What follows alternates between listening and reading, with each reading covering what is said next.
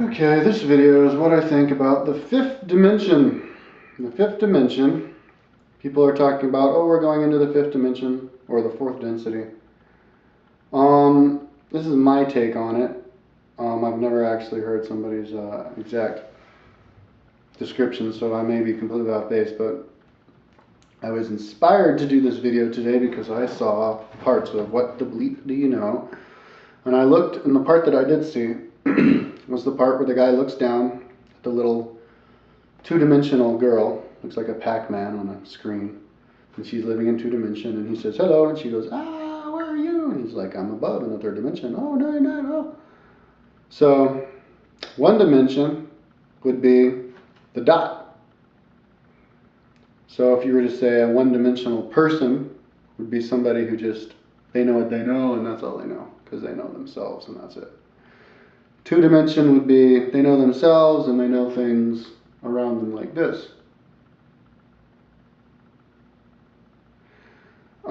Three-dimension, three dimensions. So you know yourself like this, up and down. That's where we live in now.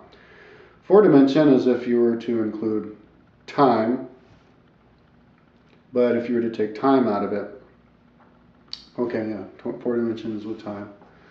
So if you wanted to, say, go someplace else, then you just go there in third-dimensional world, include time, add a certain amount of time, and it takes you to get there, and you get there. Fifth dimension is when time becomes irrelevant. You can go anywhere you want instantaneously. So in a lot of ways, we entered the fifth dimension with the invention of the telegraph in Morse code. Instantaneously information going around the world with the telegraph and the Morse code. And then we really started living in fourth density, fifth dimension, with the telephone. But we really started living in the fourth density, or the fifth dimension, with the invention of the internet, because this is instantaneous information. You're hanging out with your friends, you want to know something about something, you're arguing about the history of something or the existence of something or if something's happening, and you Google it, because everybody has a computer right there. And you have instant knowledge.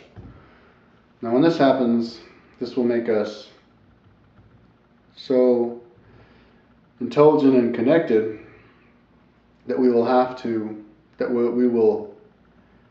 become wise beyond belief. The world is controlled right now by people who were not raised in this world. So we're still living not to our potential.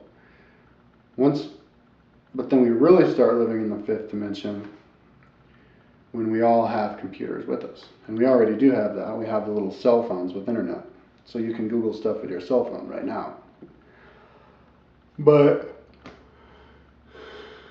pretty soon we'll have computers and internet, cell phone internet. It's international, unlimited internet. And it'll be very fast. So we will really have instantaneous information and communication. And when people are raised in this kind of a world, since they're children, itsy bitsy babies, and they grow up, once they're in control of the world, then there is world peace. It's inevitable. You could say, oh, there won't be because not everybody will have a cell phone. Well, cell phones will be cheap, and everybody will have a cell phone. And so this is what fifth dimension is. Instantaneous knowledge, instantaneous communication. Everybody's on this level playing field, everybody is educated. World peace. It's inevitable. Sorry to burst your bubble if you're convinced otherwise, but it's inevitable. And this is what's going to seal the earth. People say, oh, the earth is going downhill. Well, you know, there comes a time where paradigms changed completely, and the way we live and everything changed completely. You know, you have ice, you heat it up, the time comes it has to completely change form, completely turns into water. You heat the water, it has to change form completely, becomes gas. You heat the gas so much, there comes a time it has to completely change its paradigm, change completely, it becomes a vapor, a plasma.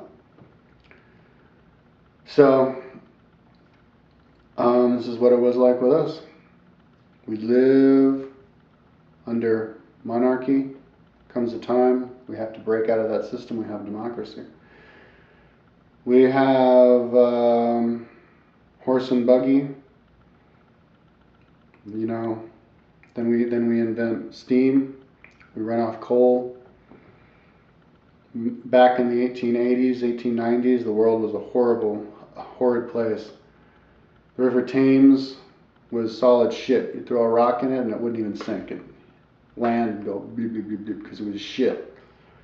Because of the vast pollution from the Industrial Revolution and from the mass population explosion resulting in that. Most of the women in London were prostitutes. Child labor. Kids were working when they were 5 years old in mines, 18 hours a day, everybody. But then we changed our paradigm. We stopped using coal as power, moved into oil. We made laws. It got so bad with all the cables up above, we could barely even see the sun in New York, so we buried them. So we started working with gas. And now we're living in this world, and we have computers, and we're utilizing all of Earth's resources to create a civilization and computers and planes and cars and all this stuff to bring us together. And as we can all tell, we're barreling down a path of destruction. So you have to admit that the natural next form is going to be a new change in form, a new change in paradigm that's completely off the charts, that people who only live in this world can't imagine unless they actually listen to, I guess, people who can imagine, and then admit that something good is possible, even though you may be stuck in your idea that it's not, that nothing good is possible. So the next paradigm shift is, I think, is free energy. Tapping energy right out of the earth or right out of the air, anti-gravity, and in joining an intergalactic community of extraterrestrials, aliens that are going to come down and hang out with us. So how are we going to take care of the population explosion? Because everybody wants to have babies, we keep populating the world. Well, I think once we all communicate, because we're communicating, we'll realize we're one family. We will not feel the need to have babies so much, because in a way, having babies, a lot of people have babies for selfish reasons, so that they can have their family, their nucleus, their people to take care of them when they get old, not to be lonely in this crazy world of strangers.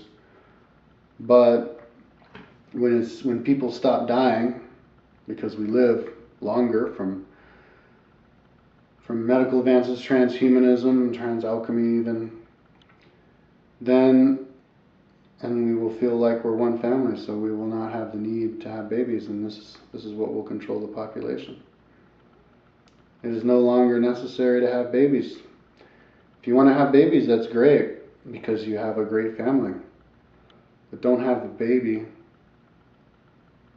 if you're poor just because you're lonely. Because there's other ways to not be lonely.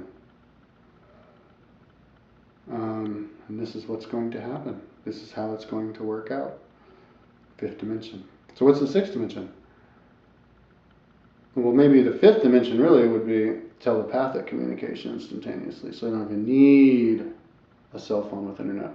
Sixth dimension, I would imagine, would be instantaneous manifestation of actual objects with your mind. That's kind of like in your dream in the spirit world, but we're not there yet.